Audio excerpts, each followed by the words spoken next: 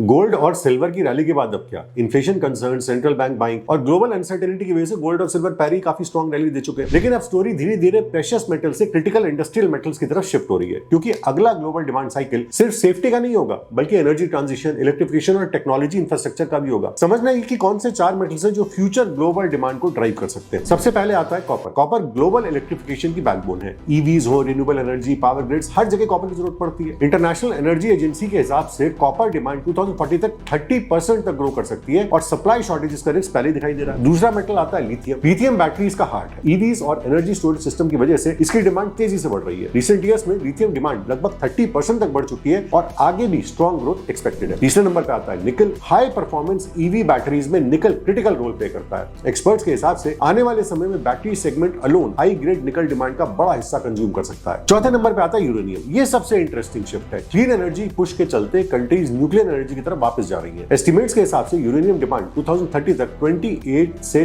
50% तक बढ़ सकती है। तो बड़ी पिक्चर ये है कि दुनिया अब स्टोर ऑफ वैल्यू मेटल से फ्यूचर डिमांड ड्रिवन मेटल्स की तरफ बढ़ रही है। एनर्जी ट्रांजिशन, ईवी अडॉप्शन और डिजिटल इंफ्रास्ट्रक्चर इन मेटल्स की डिमांड को अगले डिकेड में मल्टीप्लाई कर सकता है। लेकिन एक बात याद रखिएगा, हाई डिमांड का मतलब हमेशा हाई रिटर्न्स नहीं होता। ये सेक्टर्स कैपिटल इंटेंसिव हैं, साइक्लिकल हैं और पॉलिसी और टेक्नोलॉजी शिफ्ट्स पर काफी ज्यादा डिपेंड करते हैं। रियल अपॉर्चुनिटी हेडलाइन चेस करने में नहीं है, बल्कि वहां है जहां strong demand plus limited supply long term wealth creation की तरफ ले जा सकती है। अगर आप ये जानना चाहते हैं इन चारों मेटल्स में और साथ ही साथ गोल्ड और सिल्वर में किस तरीके से इन्वेस्ट किया जा सकता है, तो आप मेरे इंस्टाग्राम चैनल को फॉलो करिए, जहां पे रील्स में मैं आपको बताऊंगा कि किस तरीके से इन मेटल्स में हम इन्वेस्ट कर सकते हैं।